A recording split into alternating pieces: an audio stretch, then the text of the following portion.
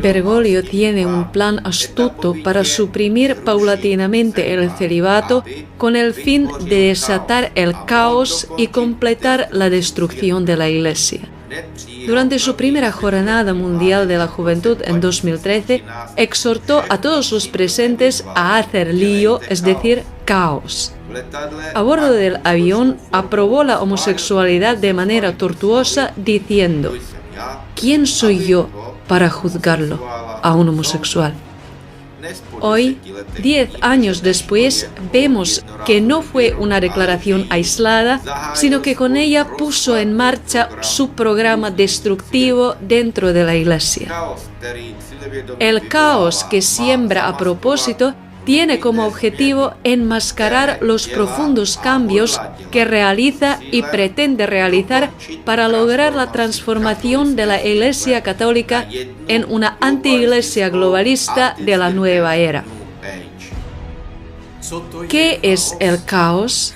El caos es anarquía, confusión, donde los reclamos por justicia no son escuchados y la verdad queda en un segundo plano.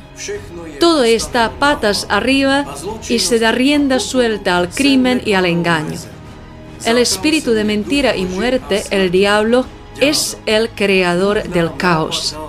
Dios, en cambio, ha establecido su orden que nos protege. Bergoglio crea deliberadamente el caos para desorientar a los católicos y hacerles perder de vista el objetivo, es decir, la salvación del alma. El caos hace que se preocupen por asuntos irrelevantes, mientras Bergoglio sigue adelante con cambios paulatinos pero irreversibles, en detrimento de las almas tanto temporal como eterno.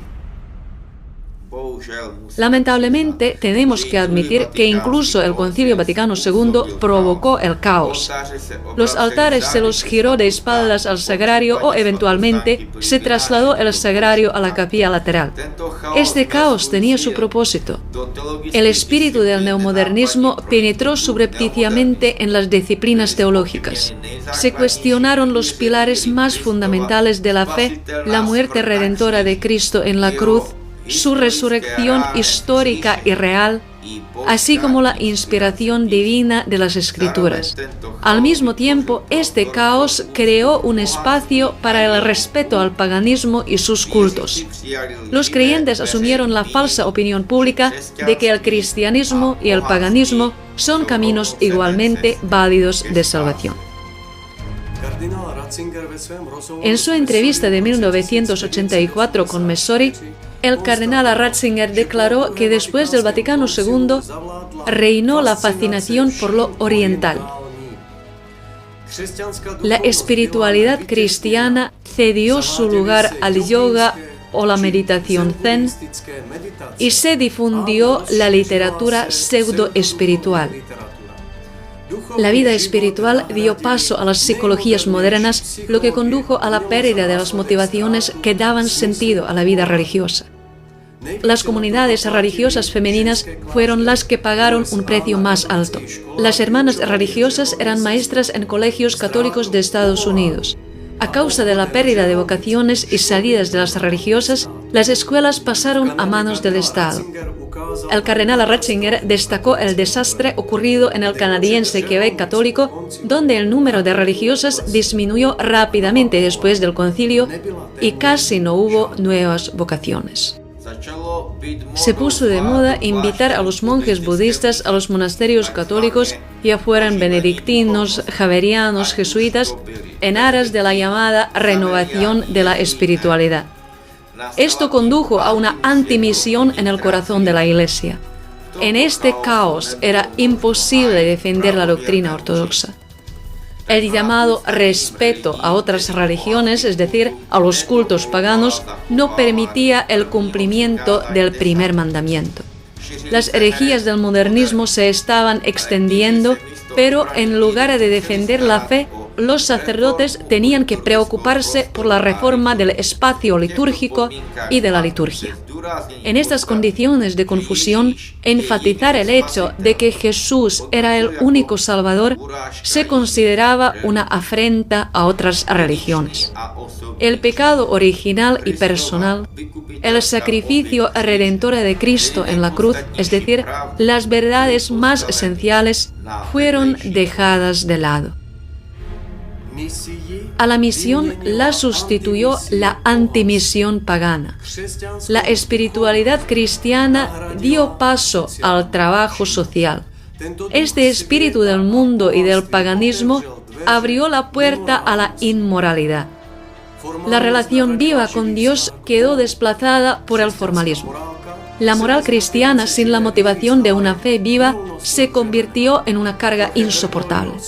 A través del sínodo sobre la sinodalidad, Jorge Bergoglio está perfeccionando las condiciones para el caos definitivo y la abolición del celibato sacerdotal es uno de los medios para lograrlo. Mientras tanto, Bergoglio llevará a cabo sin obstáculos su plan de transformar la Iglesia en una anti-iglesia de la nueva era. Todo esto se produjo tras su entrega a Satanás en Canadá y la entronización del demonio Pachamama en el Vaticano.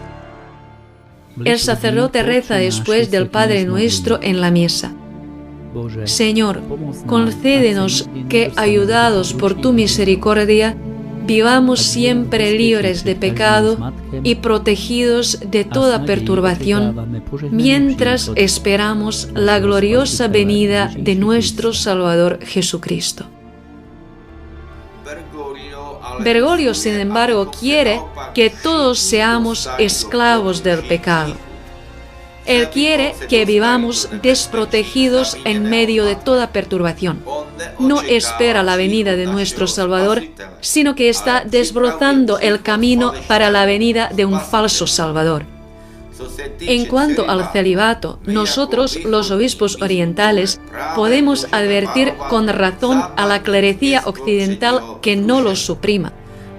Por otro lado, también conocemos la cuestión del celibato sacerdotal en la Iglesia occidental. El sacerdote de hoy está expuesto a una presión extrema del mundo. Además, la preparación sacerdotal es insuficiente y un sacerdote suele sentirse abandonado en la parroquia. La eliminación del celibato no es una solución a esta crisis y de ninguna manera es la voluntad de Dios. No resolvería la cuestión de la espiritualidad sacerdotal ni conduciría a la restauración de la Iglesia. La única solución a esta situación es volver a los principios espirituales sólidos, a restablecer el orden que protege a los sacerdotes y los predispone a la vida espiritual. Pero un sacerdote no puede lograr realizarlo solo. Necesita una comunidad. En esta situación, la salida para todo sacerdote es iniciar una vida semimonástica.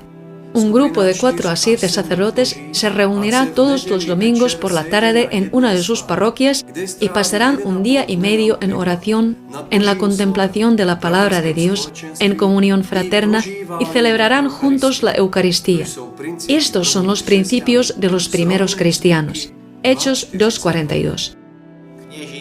Los sacerdotes se reunirán el domingo por la tarde y se marcharán el martes después del almuerzo. En cuanto a la oración, es necesario dedicar 3 horas a la oración en común y durante la 4ª hora, tras leer los textos litúrgicos del domingo, es conveniente orar con la palabra de Dios reflexionando sobre la Sagrada Escritura. Es posible anotar los pensamientos que vienen a la mente durante la oración sobre el texto respectivo. Una vez terminada la hora, todos pueden beneficiarse de compartir todo lo que el Espíritu de Dios ha revelado a los demás. El beneficio espiritual también lo experimentarán los creyentes durante la homilía dominical. Un requisito indispensable para renovar las familias es la llamada iglesia doméstica, que tiene su propio horario de oración. Se asienta sobre los pilares de una oración vespertina regular de las 8 a las 9 de la noche. Se prepara un plan de oración diferente para cada día. La parte de la rutina de oración de una iglesia doméstica es la santificación del 7º día, cuando la mayor parte del tiempo se dedica a Dios, a la propia alma, a la familia, y a la comunión fraterna. Así se podrá construir una base sólida para la renovación verdadera de la Iglesia.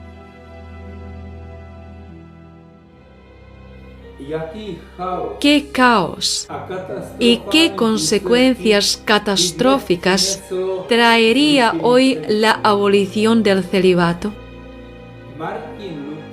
Al abolir el celibato, Martín Lutero transformó a obispos y sacerdotes en meros pastores.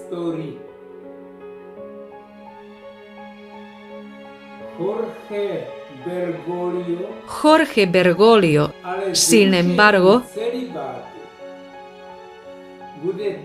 transformará a obispos y sacerdotes en sodomitas y satanistas.